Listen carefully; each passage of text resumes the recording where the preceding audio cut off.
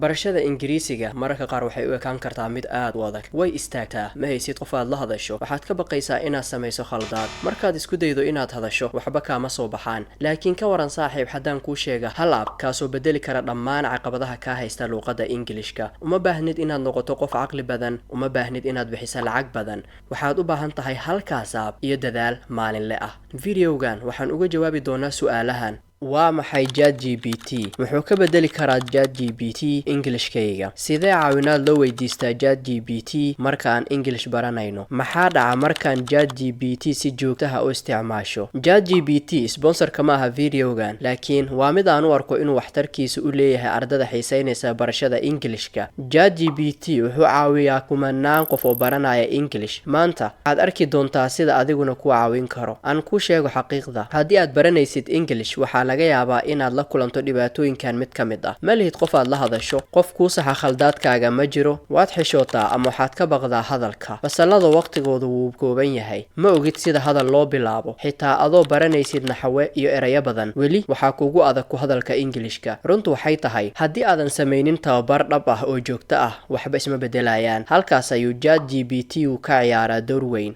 ChatGPT ma aha kaliya chatbot oo aad weydiiso waxyaalaha yaryar ee su'aalaha ah waa aalad ka caawin kartaa inaad wax barato aad ku tababarato si bilaash ah isla hadda waa kuwan waxyaalaha aad weydiin karto fadlan ma ila practice gareyn kartaa Englishkayga maalin walba ma isixi kartaa haddaan khalad sameeyo ma iga qaadi kartaa interview ama i weydiin kartaa su'aalo shaqo maxaa dhacay wuu ku jawaabi doonaa isla markiiba qosol la'aan cabsi la'aan kaliya caawinaad ah waa kuwan 3 dariiqo oo fudud oo aad ChatGPT maalin kasta ugu adeegsan karto daily practice speaking tababar hadal maalinle ah grammar correction saxida naxwaha role play conversation oo ah inuu iskaga kaadhigo qof kale ee kula practice gareeyo wax walbood u baahan tahay tababarka maalinlaha ah wuxuu yahay inaad tahdo tusaale waxaan rabaa inaan 5 daqiiqo kugula sheekaysto Englishka maalin walba aan maanta bilowno ka waran haddaan ka sheekaysano nolosha maalinlaha ChatGPT wuxuu ku weydiin doonaa su'aalo adiguna waxaad ka jawaabi doontaa su'aalahaas wuu ku saxayaa khaladkaaga saxida naxwaha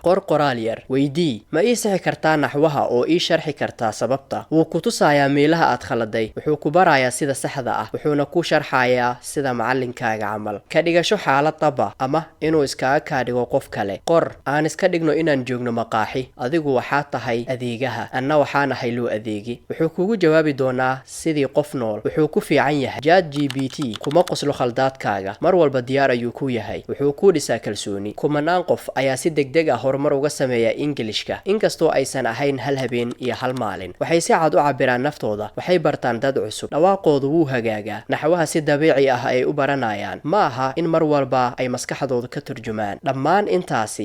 intaasi waxay ku sameeyaan 10 daqiiqo ama 15 daqiiqo maalin kasta iyagoo isticmaalaya ChatGPT sideed adigu u bilaabi kartaa isticmaalka ChatGPT maanta waa kuwan tilmaamo fudud fur ChatGPT bilow sheeko fudud weydii hadba waxa aad rabto inuu ku saxo ku baro erayo cusub ama uu ku sharxo ka hadal maalintaada riyadaada ama caqabadahaaga u samee jadwal 10 daqiiqo maalintii muddo 30 maalmood ah inta badan ee aad la hadashaa waxaad arkaysaa horumar practice makes you perfect ChatGPT inta uu jiro cudurdaar dambe ma jiri doono ku bilow si fudud ula soco si joogto ah ChatGPT ka dhiga saaxiibkaaga waxbarashada haddii aad rabto inaan ku tuso sida dhabta ah ee aan u isticmaalo ChatGPT tusaalooyin dhab ah iigu sheeg faalooyinka ha ilaawin like-ta iyo subscribe-ta haddaad inta soo gaartay waa xuquuqda kaliya aan kugu leeyahay maca salaama